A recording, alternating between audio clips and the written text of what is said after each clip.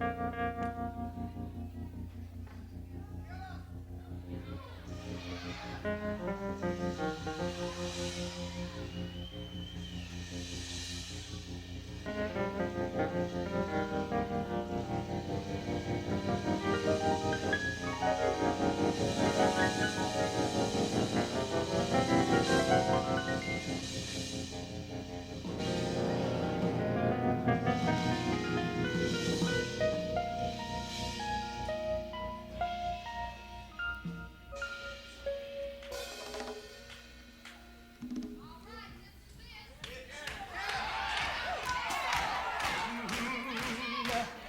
ready to talk about the ghetto right now from here.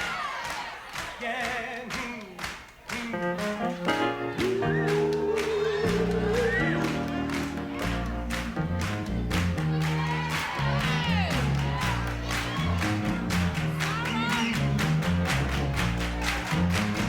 And that's what a party on.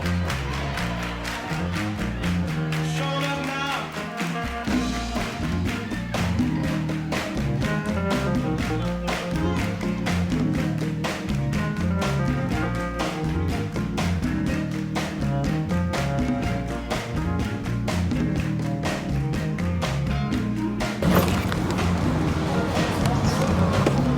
What is think before you move mean to you? Think before you move mean to you. Like it's a state of mind. Like if you move a piece, think about how it's gonna affect your game. How does it relate to you in the life? You're living in the street. It relates to me in life. Say for instance, if I go with a crowd, a bad crew, crowds, I'm getting in trouble because they bad. Okay. All right. Take care.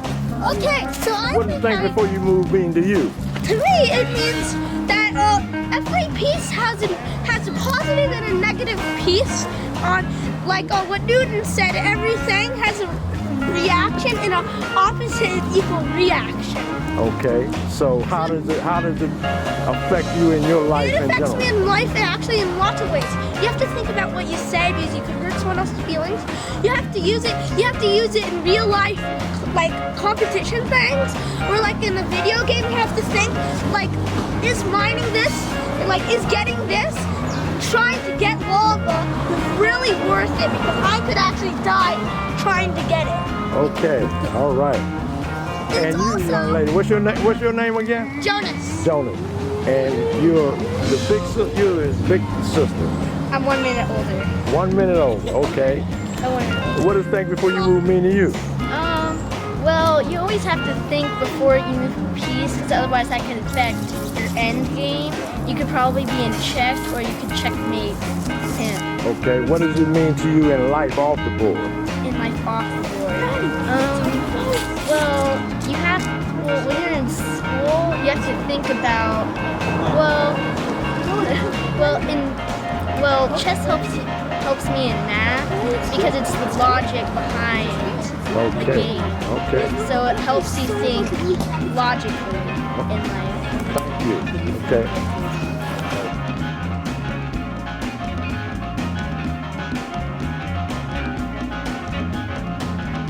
Some questions about some of the chess giants that come out of this city. All right. That you knew about. This is Zach. Zach, what's your last name? I'm Kenny. Right. Yeah. And he's been around the chess. I think, what's the highest rating you've ever had? 2130. 2130. Some of the tournaments that you have won in the tournaments. I've won in the World Open. I've won in the Maryland State, Delaware State. I've won military championships. Virginia, I've won out there. I've won over 41 tournaments in my career, first place. I've beaten a total of 26 masters in chess. The highest master I beat was rated 2516. I was a candidate master, 2130. And of course, chess wasn't important to me, so I gave up chess for about 13, 14 years. Raised a family. I'm an attorney at law. I became a military lawyer. And that was more important than playing chess. There ain't no money in chess. I see. So chess is a hobby, basically. Being around in Washington, D.C., you met a lot of, Washington, D.C. had a lot of masters at one time. Yeah. You came out of that, did you ever attend that chess club downtown? I did. Are you talking about the U.S. Chess Center? No, the one The one that was on P Street. P Street. Yeah, I did. Yeah. What was some of the things that was going? Because it was a lot of good chess players that came out of there. Oh man, there was I would count about 40 or 50 rock solid chess players, and many of them still going strong. Like Kaufman, for example, is a grandmaster now. I remember when he was just an expert and then a low-level master. His son is a master now. I remember when he was low-level expert. Phil Collier was a master. I remember when he was starting out. Stan Fink, I remember when he was starting out. Greg Apollon, black masters. Ken Clayton, one of the first black masters in the city. Charles Green. And there's just a boatload of others, I can't think of right now, but it was 50 plus easily. I tell people all the time that, like New York City, you got a lot of handball players, and that's almost their city game.